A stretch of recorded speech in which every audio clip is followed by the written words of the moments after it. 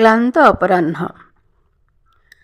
ବୟସଟା ଧୀରେ ଧୀରେ ପଥ ଅତିକ୍ରାନ୍ତ କରି ଚାଲିଛି ଠିକ୍ ଏଇ ଲମ୍ବା ରାସ୍ତା ପରି। ରାସ୍ତା ଅନେକ ଦୂର। ରାସ୍ତାରେ କେତେ ଯେ ପଥିକ ଚାଲିଥିବା ଦେଖିଥିବେ ସମସ୍ତେ। କେହି ଏକୁଟିଆ ଚାଲେ ତ କେହି ସାଥୀ ହୋଇ ଚାଲେ। ମୁଁ ବି ଦିନେ ଏକୁଟିଆ ଚାଲୁଥିଲି। ସାଥିରେ କେହି ନଥିଲେ। ବହୁତ ଅସହାୟ ଓ ଏକୁଟିଆ ମନେ କରୁଥିଲି ନିଜକୁ।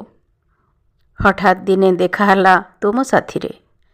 ବାସ୍, ତାପରେ ପ୍ରତିଦିନର ଦେଖା ହୁଏ ମନ୍ଦିର ବେଳାରେ। ମନ୍ଦିର ଘଣ୍ଟି, ଧୂପର ବାସ୍ନା, ଆମ୍ବ ବଉଳର ବାସ୍ନା, କୋଇଲିର କୁହୁରେ ବିଭୋର ହୋଇଯାଉଥିଲେ ଆମେ।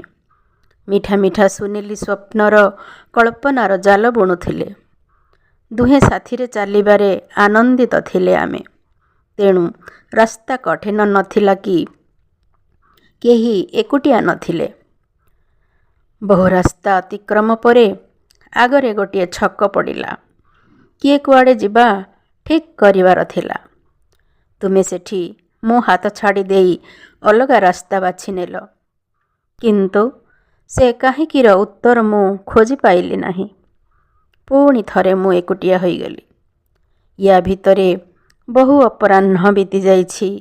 କେତେ ବସନ୍ତ ଆସିଛି। ହେଲେ ନାହିଁ ସେ ଆମ୍ବ ବଉଳର ବାସ୍ନା, କୋଇଲିର କୁହୁତାନ। କେଉଁଠି ହଜିଗଲ ତୁମେ? ମୁଁ ଚାଲିଲି ମୋ ରାସ୍ତାରେ। ଭାବିଥିଲି ସାଥିରେ କେହି ମିଳିଯିବେ ଯାହା ପାଇଁ ଏତେ ଲମ୍ବା ରାସ୍ତାର କଷ୍ଟ ଭୁଲିଯିବି। କିନ୍ତୁ ତୁମ ପରି ସାଥୀ ପାଇଲି ନାହିଁ। ବାଧ୍ୟ ହୋଇ ଏକୁଟିଆ ଚାଲୁଛି। ଆଉ ଅଳ୍ପ ବାଟ। ଭାରି ନିଛାଟିଆ ଲାଗିଲା। ପାଦରେ ଯନ୍ତ୍ରଣା। ତେଣୁ ଭାବିଲି ଆଗ ଛକରେ ଟିକେ ବିଶ୍ରାମ ନେବି। ହେଲେ ଆଶ୍ଚର୍ଯ୍ୟ ହେଲି, ମୁଁ ଆସିବା ଆଗରୁ ତ ତୁମେ ଆସି ବିଶ୍ରାମ ନେଉଛ ଏ ଗଛ ଛାଇରେ। ହେଲେ ତୁମେ ଆସିଲ କେମିତି? କାହିଁକି? ଭାବିଲି ତୁମେ ବି ମୋ ପରି ସାଥୀଟିଏ ପାଇଲନି ନା? ଥକି ଯାଇଛ? ଏଠି କାହିଁକି ବିଶ୍ରାମ ନେଉଛ?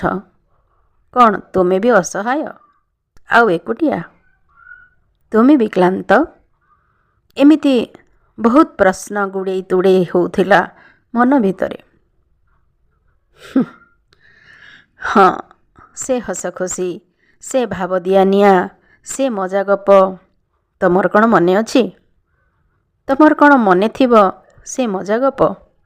ଏ କ୍ଳାନ୍ତ ଅପରାହ୍ନରେ